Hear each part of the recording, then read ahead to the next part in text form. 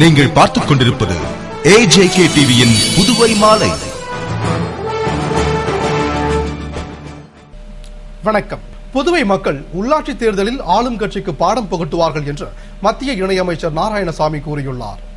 இது தொடர்பாக மத்திய இணையமைச்சர் நாராயணசாமி செய்தியாளர்கள் சந்திப்பின் போது கூறுகையில், மத்திய அரசு மக்களுக்கு மானியத் தொகை வழங்குவதில் முறைகேடுகள் நடக்காமல் இருக்க 34 திட்டங்களுக்கு 51 மாவட்டங்களில் உங்கள் பணம் உங்கள் கையில் என்ற சோதனை திட்டத்தை வரும் 1ஆம் தேதி முதல் அமல்படுத்த உள்ளது.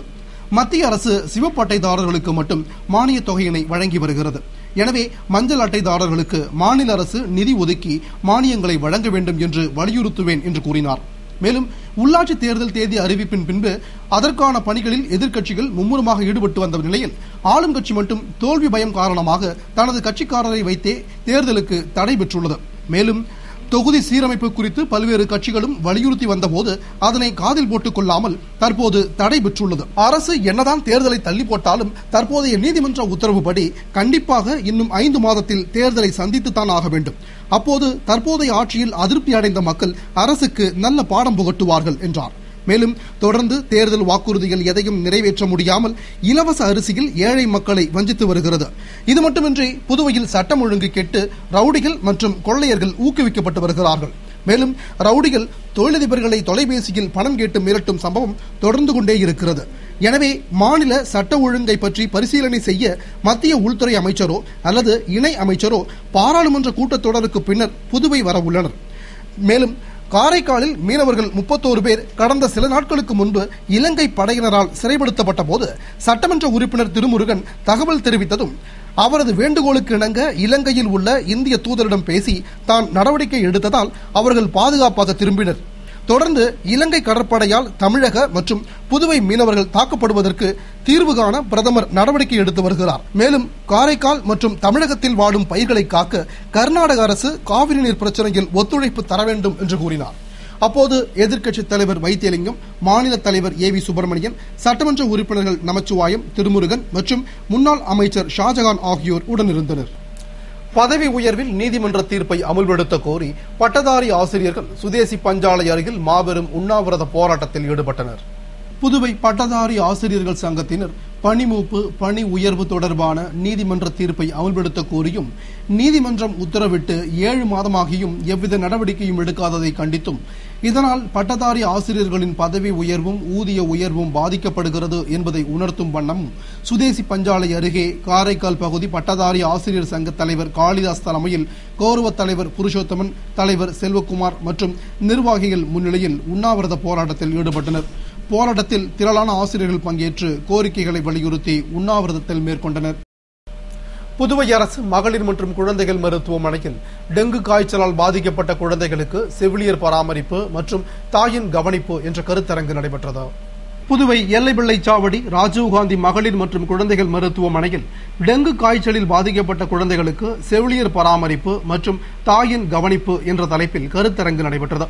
திட்ட இயக்குநர் டாக்டர் ரங்கநாத் தலைமையில் நடைபெற்ற செவிலியர்களுக்கான தொடர் மருத்துவ நிகழ்ச்சியில் பேச்சாளராக டாக்டர் கனிமொழி பங்கேற்று டெங்கு காய்ச்சலில் பாதிக்கப்பட்ட குழந்தைகளுக்கு செவிலியர்கள் மற்றும் தாயின் பராமரிப்பு, கண்காணிப்பு குறித்து அறிவுரையினையும் விளக்க உரையினையும் வழங்கினார். மருத்துவ கண்காணிப்பாளர், மருத்துவ அதிகாரிகள், செவிலியர் கண்காணிப்பாளர்கள், தலைமை செவிலியர்கள் மற்றும் செவிலிய மாணவர்கள் பங்கேற்ற நிகழ்ச்சியின் நிறைவில் செவிலியர் கண்காணிப்பாளர் மல்லிகா நன்றி கூறினார். இந்தியா பாகிஸ்தான் போர் நினைவு நாளை முன்னிட்டு கடற்கரை சாலையில் உள்ள ராணுவ போர் வீரர்கள் நினைவிடத்தில் மலரஞ்சலி செலுத்தப்பட்டது.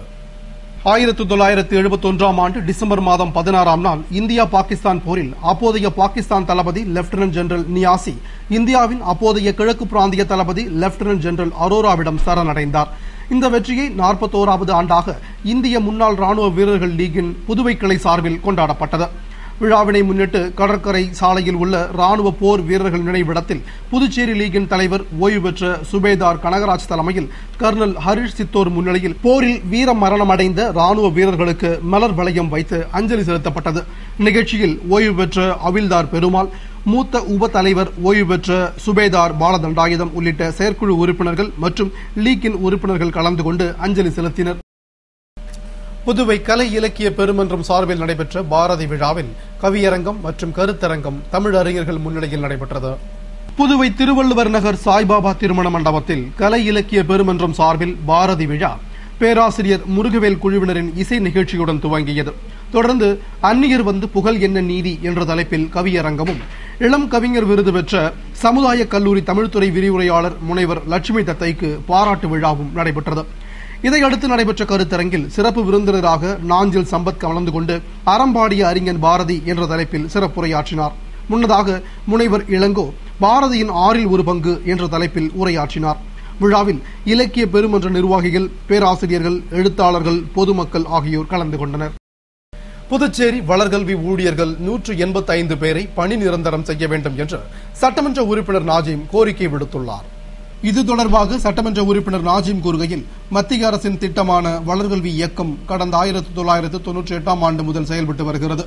இதில் தற்போது 167 பொறுப்பாளர்கள், 18 தலைமை மைய பொறுப்பாளர்கள் என 185 பேர் 700 மற்றும் 1400 ரூபாய் ஊதியத்தில் கடந்த 14 ஆண்டுகளாக பணிபுரிகின்றனர். இவர்களை பணி நிரந்தரம் செய்ய கோரி 2003ஆம் ஆண்டு முதல் திராவிட முன்னேற்றக் கழகம் சார்பில் குரல் கொடுத்து வருவதாகவும், அதன்படி 2003ஆம் ஆண்டு மற்றும் 2006ஆம் ஆண்டில் சட்டமன்றத்தில் முதலமைச்சர் ரங்கசாமி வளர்கல்வி ஊழியர்கள் விரைவில் பணி நிரந்தரம் செய்யப்படுவார்கள் என்று உறுதியளித்தார். 2010ஆம் ஆண்டு அப்போதைய முதலமைச்சர் வைத்தியலிங்கம் காமராஜர் எழுத்தறிவு இயக்கத்தில் சேர்க்கப்படுவர் என்று அறிவித்தார். ஆனால் இதுவரை எவ்வித நடவடிக்கையும் எடுக்கப்படவில்லை. மேலும் கடந்த 4 மாதங்களாக ஊதியமும் வழங்கப்படவில்லை. இந்நிலையில் வளர்கல்வி பணியாளர்களை பணி நீக்கம் செய்ய போவதாக கூறப்படுகிறது. இதனை முதலமைச்சர் அனுமதிக்க கூடாது. மேலும் இப்பிரச்சனையில் தலையிட்டு 185 குடும்பங்களுக்கு நல்ல வழிகாட்ட வேண்டும் என்று கூறினார். புதுவை வில்லியனூரில் வாய்க்காலிலிருந்து வீதிக்கு வந்த உடும்பை வனத்துறையினர் பிடித்து பாதுகாப்பாக வனத்துறைக்கு கொண்டு சென்றனர். புதுவை வில்லியனூர் வெள்ளாளர் வீதியில் வாய்க்காலில் இருந்து ஒரு உடும்பு வீதிக்கு வந்துவிட்டது. அதனை கண்ட அப்பகுதி மக்கள் உடனே வனத்துறைக்கு தகவல் தெரிவித்ததை அடுத்து வனத்துறை சண்முகம் மற்றும் அலுவலர்கள் விரைந்து வந்து லாவகமாக உடும்பை பிடித்தனர். அந்த உடும்பு சுமார் 3 அடி உயரமும் 8 கிலோ எடையும் கொண்டதாக இருந்தது. அதனை வனத்துறையினர் பாதுகாப்பாக மீட்டதும் உடும்பை காண அப்பகுதி மக்கள் திரண்டு வந்து அதனை ஆர்வத்துடன் தொட்டு பார்த்தனர். பின்னர் வனத்துறையினர் அந்த உடும்பை கொண்டு சென்றனர். புதுவை மங்களம் உருவையாறு பாலத்தில் வெகு நாட்களாக பழுதடைந்துள்ள உயர் கோபுர மின் விளக்கினை சீரமைக்க வேண்டும் என்று அப்பகுதி மக்கள் கோரிக்கை விடுத்துள்ளனர். புதுவை வில்லியனூர் மங்களம் உருவையாறு பாலத்தில் அமைக்கப்பட்டுள்ள உயர் கோபுர மின் விளக்கு நீண்ட நாட்களாக பழுதடைந்து அப்பகுதியில் இருள் சூழ்ந்துள்ளது. எனவே இரவு நேரத்தில் அப்பகுதியில் திருட்டு, நகைபறிப்பு போன்ற சமூக விரோத செயல்கள் நடைபெறுகிறது. எனவே அவ்வழி செல்லவே மக்கள் அச்சப்படுகின்றனர். மேலும் வாகன ஓட்டிகளும் இருளில் விபத்துக்கள் ஏற்பட்டு விடுமோ என்று அஞ்சுகின்றனர். இதுகுறித்து பலமுறை கோரிக்கை விடுத்தும் நடவடிக்கை எடுக்கவில்லை என்று தெரிவித்த அப்பகுதி மக்கள் பொதுமக்களின் நலன் கருதியும் அசம்பாவித சம்பவங்கள் ஏற்படும் முன்பு மின்துறை உடனடியாக நடவடிக்கை எடுத்து உயர் கோபுர மின் விளக்கை பழுது பார்த்து சீரமைத்து இயங்க செய்திட வேண்டும் என்று கோரிக்கை விடுத்துள்ளனர். குருவியார் மெயின் ரோட்ல ஐமா சைட் போட்டிருக்காங்க. 1 வருட காலமாக எரியவில்லைங்க. இதனால் விபத்துகள் அதிகம் நடக்கிறது. திருடும் அதிகம் நடக்கிறது. இதனால் அரசாங்கம் விரைந்து செயல்பட்டு உரிய நடவடிக்கை எடுக்க வேண்டும் என்று உருவியாறு சம்பந்த பொதுமக்களாக நாங்கள் கேட்டுக்கொள்கிறோம். புதுவை வில்லியனூர் புனித லூர்து அன்னை திருத்தலத்தில் கிறிஸ்துமஸ் விழா பள்ளி மாணவர்களின் மாறுவேட போட்டியுடன் சிறப்பாக கொண்டாடப்பட்டது. புதுவை வில்லியனூர் புனித வின்சென்டே பவுல் சபை சார்பில் புனித லூர்து அன்னை திருத்தலத்தில் கிறிஸ்துமஸ் விழா சிறப்பாக கொண்டாடப்பட்டது. விழாவில் இயேசுவின் திருவுருவம் குடிலில் அமைக்கப்பட்டு ஜெப வழிபாடு நடைபெற்றது. தொடர்ந்து பள்ளி மாணவர்களுக்கு மாறுவேட போட்டி உள்ளிட்ட பல்வேறு போட்டிகளும் கலை நிகழ்ச்சிகளும் நடைபெற்றது. விழாவில் பங்குத்தந்தை ரிச்சர்ட் அடிகளார் கலந்து கொண்டு விழாவிற்கு தலைமை தாங்கி வட்டார சபை தலைவர் சாமுவேல் பெலிக்ஸ் முன்னிலையில் போட்டிகளில் வெற்றி பெற்ற குழந்தைகளுக்கு பரிசுகள் வழங்கி பாராட்டினார்.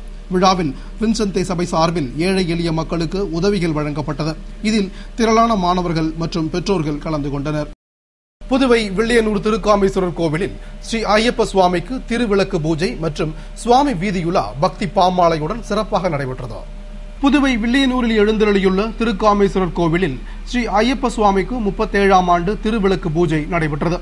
இதனை முன்னிட்டு ஐயப்ப சுவாமிக்கு சிறப்பு அபிஷேகமும் ஆராதனையுடன் சிறப்பு அலங்கார தீபாராதனையும், தொடர்ந்து திருவிளக்கு பூஜையும், பின்னர் திருவிளக்கு ஏந்தி சிறப்பு அலங்காரத்தில் ஐயப்ப சுவாமி வீதி உலாவும் இன்னிசை மற்றும் பக்தி பாமாலையுடன் நடைபெற்றது.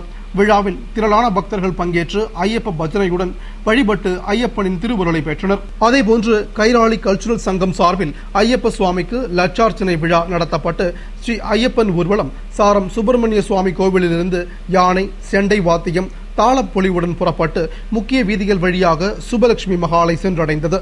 அங்கு ஐயப்ப பஜனையும் மகா தீபாராதனையும் தொடர்ந்து அன்னதானமும் நடைபெற்றது. விழாவில் திரளான ஐயப்ப பக்தர்கள் பங்கேற்று வழிபட்டனர். புதுச்சேரியின் பிரெஞ்சு கால முதலமைச்சர் சீமான் செல்வராஜுலு செட்டியார் நினைவு நாளை முன்னிட்டு தேசிய மீனவர் பேரவை சார்பில் மலர் அஞ்சலி செலுத்தப்பட்டது.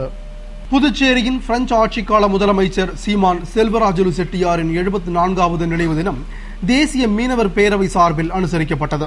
இதனை முன்னிட்டு கடற்கரை சாலையில் உள்ள அவரது திருவுருவ சிலைக்கு தேசிய மீனவர் பேரவையின் அகில இந்திய பொதுச் செயலாளராக புதியதாக பதவியேற்றுக் கொண்டுள்ள முன்னாள் சட்டமன்ற உறுப்பினர் இளங்கோ தலைமையில் பேரவையின் நிர்வாகிகள் முக்கிய தலைவர்களின் சிலைக்கு மாலை அணிவித்து மலர் தூவி அஞ்சலி செலுத்தினர்.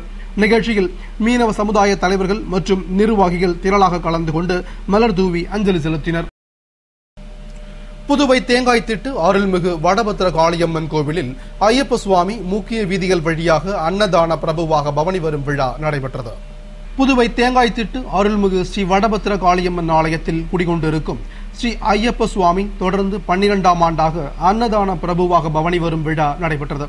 இதனை முன்னிட்டு ஆலயத்திலிருந்து அலங்கரிக்கப்பட்ட குதிரைகள் முன்னே செல்ல மங்கள வாத்தியங்கள் முழங்க அலங்கரிக்கப்பட்ட திருத்தேரில் அகிலாண்ட கோடி பிரம்மாண்ட நாயகனாக விளங்கும் கலியுக வரதன் ஸ்ரீ ஐயப்ப சுவாமி சிறப்பு அலங்காரத்தில் அன்னதான பிரபுவாக எழுந்தருளி முக்கிய வீதிகள் வழியாக பவனி வந்தார்.